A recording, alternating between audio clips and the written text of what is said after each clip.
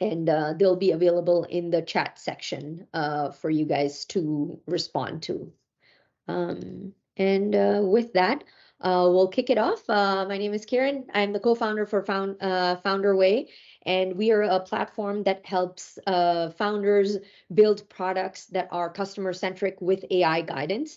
While founders are going through our platform, they are providing information about their venture, about what product they're building, and we are taking that information and building a personalized, bespoke AI co-pilot for them that lives with them for as long as they'd like to engage with the platform, essentially, and helps them grow and answer questions that are not covered in the guided part of our platform. With that, I'm going to pass it on to our partners here at LaunchTech to introduce themselves and their platform.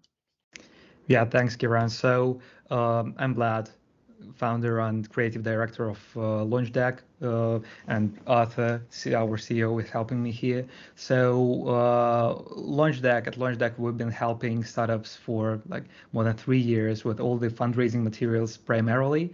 But then when startups raise a couple of rounds with us, then we become more of an outsourced branding agency for all things visual, from like small marketing creatives to more complex production, like motion design, video editing, etc.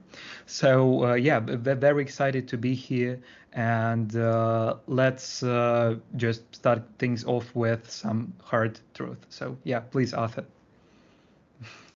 Yeah, for sure. So yeah, hey everyone. We just finalized at the same time this webinar is launched. We finalized the research that we had amongst lots of VCs, angel investors, and accelerator representatives.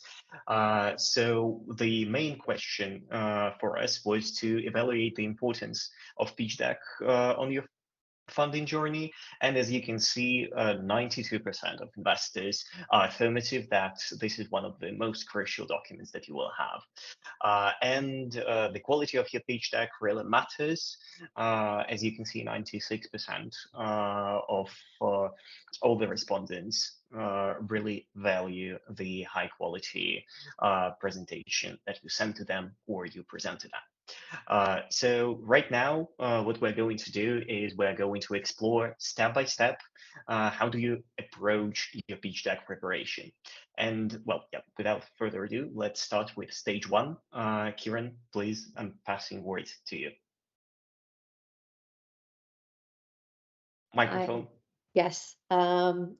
I remember the microphone. Thank you. So the first step of anything that you want to do with regards to your startup is explore, discover, find out the truth, like how you're going to move forward. So with that, what you want to understand is how are you going to define who this pitch deck is for? Like if that pitch deck is for sales, then you want to cater it towards your users or your customers. And that's really important. And the reason is that your customers probably do not want to know your financials, same way, your user feedback should not also include your financials. And we'll talk more about like what to include in a pitch deck and what not to include. But defining what the purpose is of the pitch deck will really help you understand who are you building it for. And then the most important part, define your why. Why are you building this pitch deck? Who is it for? And what purpose is it serving, and what is the story you're going to tell? Because without a story, there's no interest. So crafting your pitch is really to understand who you're crafting your pitch for is really important before you begin the journey of discovery and exploration.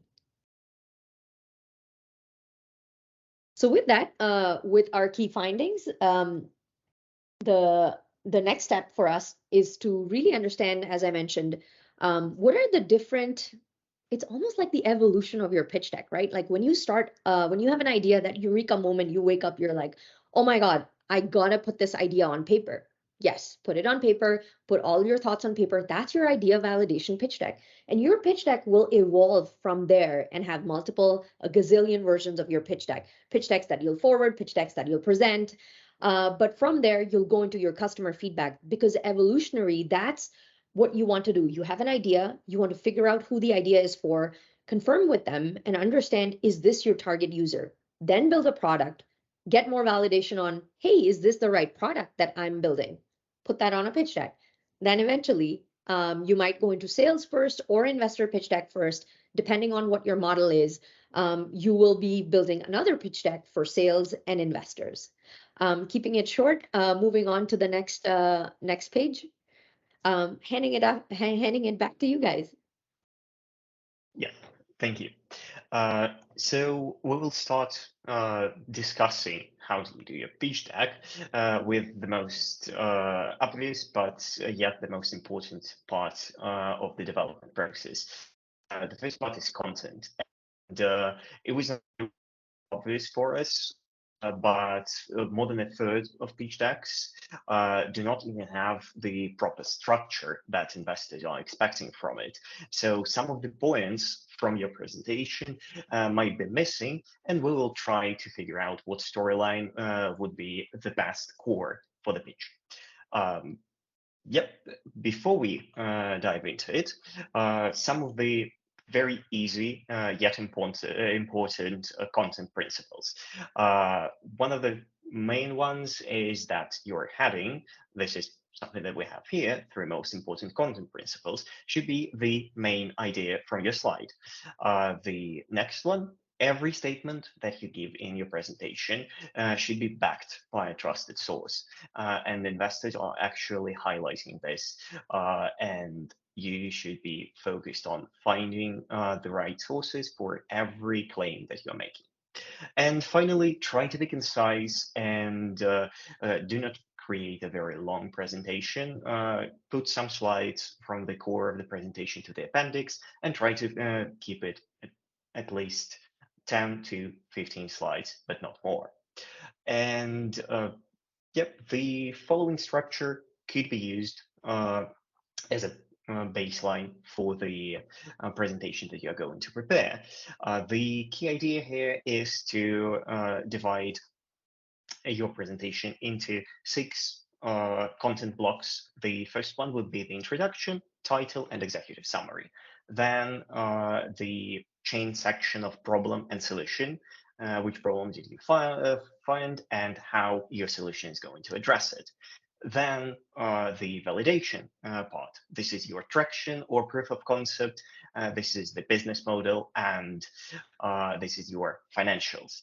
Then the competition in the market, which is the work that you do with analyzing the market landscape, who are the companies that are presented already there, and finally you move on to the next steps as your strategic roadmap goes. Then you go to presenting the core team, what you want from the investor, and the final call to action with contacts, how they can reach out to you, etc. I also can see that there are some labels here from level 1 to level 4. Kiran, could you tell us a bit more about it? Yeah, I love this deck because I love this slide because it kind of brings us together. This shows the synergy between Launch Deck and FounderWay. Our platform provides a guided experience for founders to understand how they're going to solve the problem and what product they're going to build. And that takes them from a journey of level 1, from problem, level 2, where they understand what hypotheses they're testing, understanding their customer. Level 3, building a prototype of their solution. And level 4, building the actual MVP and launching with their first customer.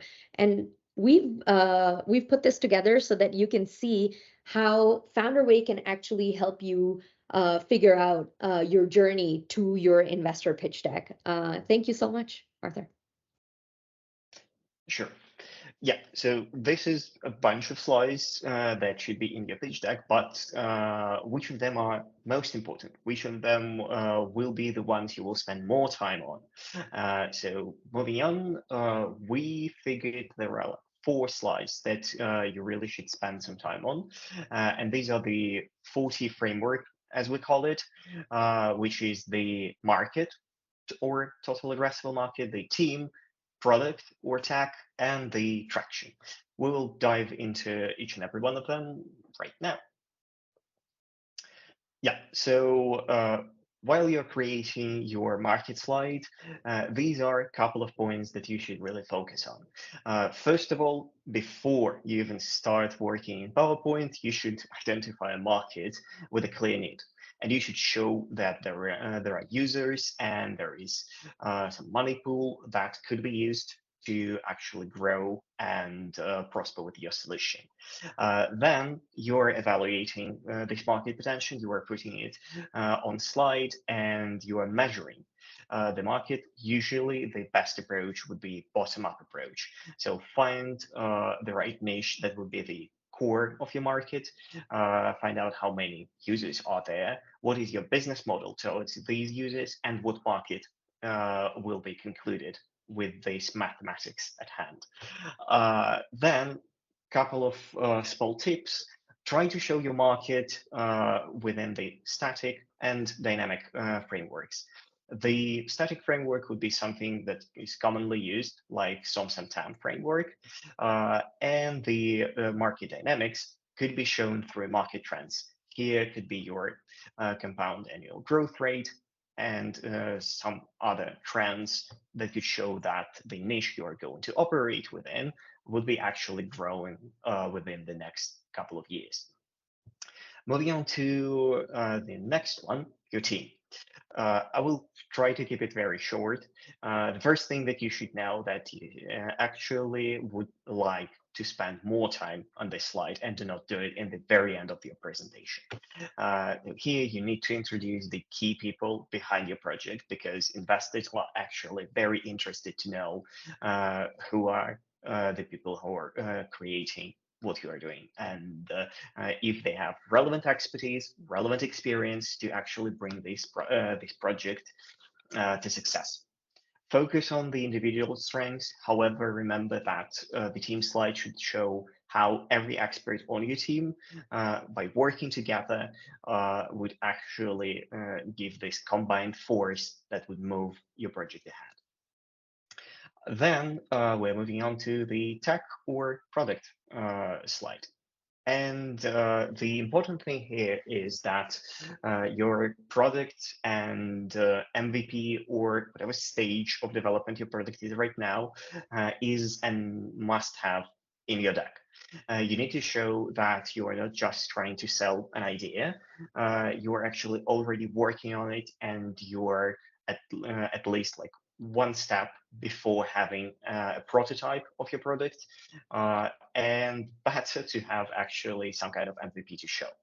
But do not get too technical. Do not try to sell every techie detail you can think of. It is a common mistake startups make, especially in deep tech industry. And what you could do, you could try to figure out 2 or 3 key features that will actually state that your project is one of the best there within your competition field. And finally, but certainly one of the most important points, is that your traction should be in your deck. Investors, as we all know, do not invest in ideas anymore. So you must show traction. However, the relevant question would be, if I don't have any at the moment, what should I do? So what you could do, you could show the pipeline how you're going to get this traction, how you're going to acquire first target customers, how you're going to develop and work with the feedback. And this would be a nice pipeline to show to the investor to actually claim that you have a valid strategy. Then, yes, the point is that the more quantitative you can be, the better. However, if you don't have monthly or daily users, KPIs, and stuff like that, you could also use the testimonials, and that will be also a very nice way to show that you actually tried to communicate with the potential customers. You received feedback, and the feedback is either positive or something that would actually improve your product.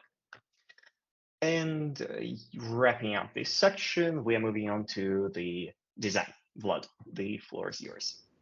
Yeah, Arthur, thanks for wonderful insights on the content side. So the design is the second most important thing about creating a deck right after the content, because ultimately the point of your design is to enhance your content. And you can do wonderful things with guiding the viewer's attention and really make your ideas pop.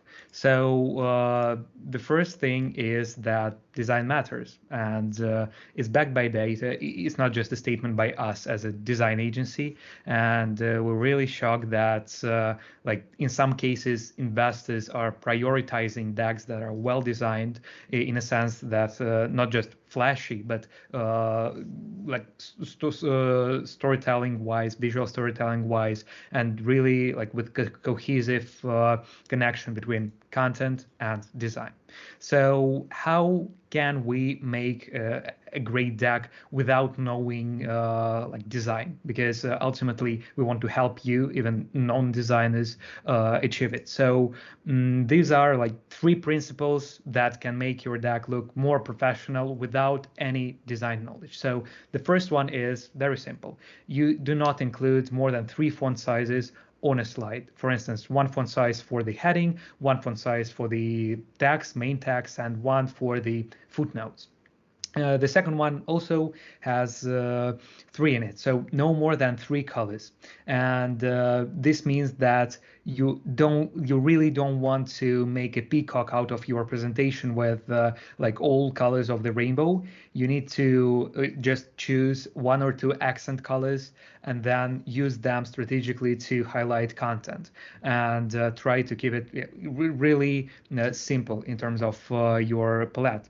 And in terms of visuals, the one thing that can make your deck look unprofessional is low quality images, illustrations that are stretched unproportionally, etc. Just use a dozen of stock libraries out there, get high quality assets, use high quality icons and photos, and you will be all set. So like a couple of more tips and principles that you can use to enhance your visuals. The first one is the principle of workspace, and this approach really helps to make the presentation look sleek without putting much effort to it. So the concept is that we have this imaginary area for our content. So we have our heading at the top, we have our area for the content, and then we have our footer at the bottom. And this imaginary rectangle we should use by putting all our content there and making sure that we do not intersect with the borders of this imaginary like outline. And this really ensures that your content is not jumping throughout the slides. And yeah, just by applying this approach right now to your deck, I'm sure that you will produce a better looking presentation. Then a couple of more use icons. They're just the superheroes of visual communication. They help you translate your ideas faster, most importantly, and also just enhance your visual appeal of your deck. As you can see here, we use icons as supportive things in the boxes. Also, use color strategically. As I said before, your colors are your tools to guide the viewer's attention. So on the example, like on the left, you can see that we highlight data and icons with color, and this brings our eyes to it, and it's a nice way of focusing the attention of the audience. And on the right we have our charts, and colors has been helping us with charts for ages now, and you can highlight the most important data points on your charts. You can use them to highlight like the last years, or just the like pivotal point in your growth, your break-even points, etc. And it really helps to guide the attention, as I already said.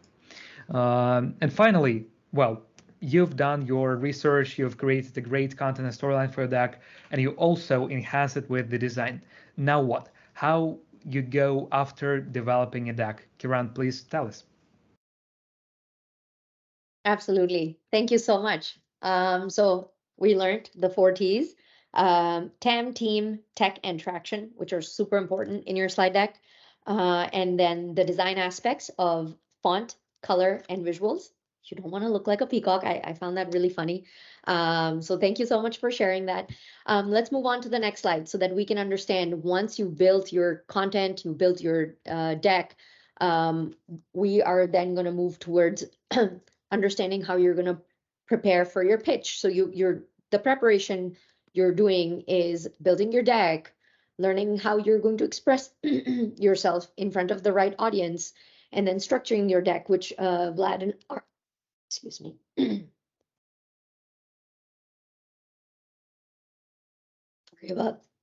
Sorry about that. Structuring your deck. One of the things that I find a lot of people that are pitching forget to do is prepare for the Q&A. They get so gung-ho about explaining what they want to say that they forget what the audience might ask. And with that point, I encourage you to ask questions in our Q&A section as well. But coming back to this presentation, preparing for your Q&A can mean a couple of things. A, you predict the questions that you think that audience might ask, and prepare for those answers in a way that you already have like some kind of research done to back your answer with data. Or you could have your pitch presentation have an appendix section that has visuals that are going to back what you're going to say, and you're going to be very prepared for questions that people might ask. So things you might not be able to include in the 10 or 15 pages, you might be able to include in the appendix to present. That doesn't mean you're going to send that deck out with the appendix. And obviously the appendix section also helps you with moving things around when you're curating a deck for different audiences. The next thing that we highly recommend is follow up. You presented, you pitched. Did you follow up with the person and ask them, hey, how was my pitch? Did I answer all your questions? What should I do? What did I do right? What didn't do right? Get that follow up. Take that information, kind of sit with it for a little bit, because you want to evaluate a couple of things. Who are you getting the feedback from? What is their expertise to provide you that feedback? A, is this your user? Is this your customer? Is this your investor?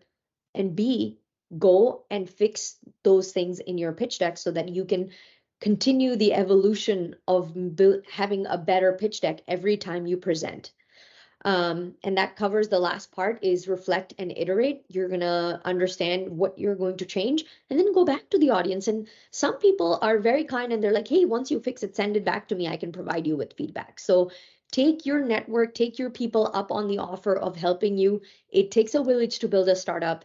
And just like that, we're here to guide you and help you. And with this last slide, we're going to wrap up this webinar. Thank you so much for everyone who's joined us. I highly encourage you guys to please use the polls and fill up the polls. And we're open to Q&A right now, answering any questions you guys have. I also want to thank our amazing partners, LaunchDeck. This deck has been created by them. I think there can't be a bigger testimonial than to see their work live in this pitch deck. So thank you so much for all the work you guys have put in to build this pitch deck and to present with us. I'm going to just open up the floor for you guys. Yeah, thank you. It's been really exciting to participate here. I really want to hear from the audience, because now is the opportunity for you to just shoot any question like fundraising related to us, and we'll be more than happy to answer it. I think we might also just look through the results of the polls, because there are some great insights there while people are typing their questions in the Q&A section. And I also wanted to thank Kiran for letting us participate here, because again, I see the clear synergy between like FounderWay and LaunchDeck.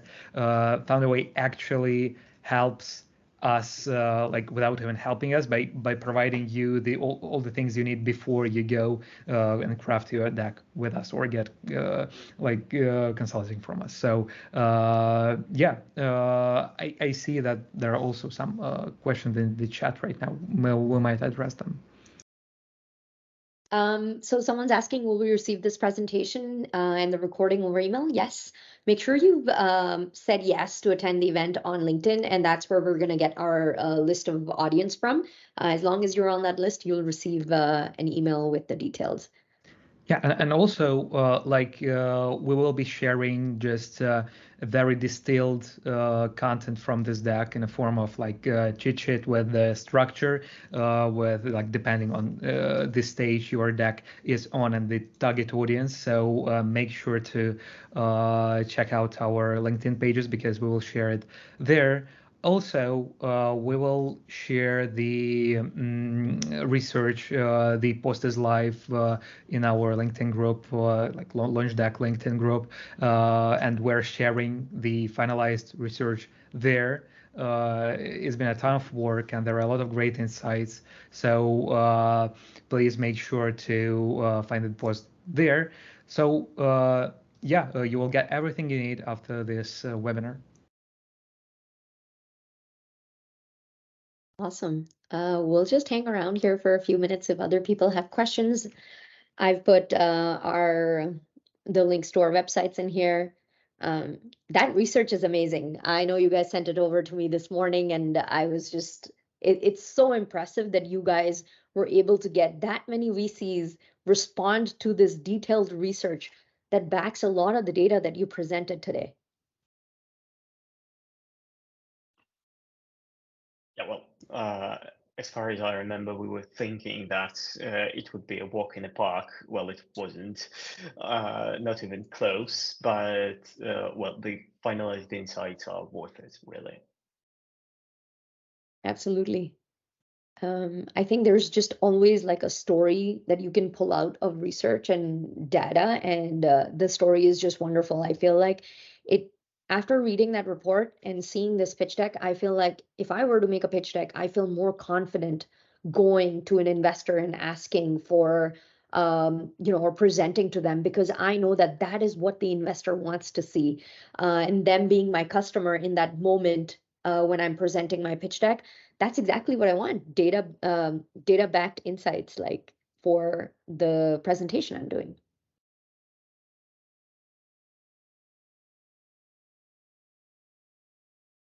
Oh, this is an amazing question from Marco. What was the most interesting project or deck you guys have worked on, and what made it special? And the second part is, what was the most successful deck you guys were involved in making? Should we should we start, or do you have something in mind, Kiran? No, this is for you guys. This question is purely a launch deck question. Okay. Well, I don't know what was the most interesting one for you, Vlad, but I'm thinking the most successful one was still the GPU audio case. This is our like a long-term client. We basically started with them. Well, we worked for, I don't know, maybe a couple of months before we met their founders. And the story behind the project is that they taught GPUs to process audio. So basically, this accelerates the entire audio processing pipeline tenfold, to say the least. And for us, the project was kind of tricky because we were working as consultants on the case, and we were trying to grasp all the technicalities behind it while making sure that non-qualified investors who are not actually into understanding how the graphic processor actually works and how it couldn't before process audio and now can. And this was a tricky one to present. However, I think that the project evolved with us, and now we are actually like working tight with NVIDIA, AMD, and lots of tech giants. So I'm pretty sure that was like one of the most successful cases, because we have a couple of cases with larger funding rounds, like Soul funding rounds, but cumulatively, GPU audio is probably one of the most successful ones. The most complex case, though, I guess, was the case of biohacking that was called the Giro AI. And there it was a challenge for us design-wise. So yeah, I'm sorry, I'm gonna stop for a second.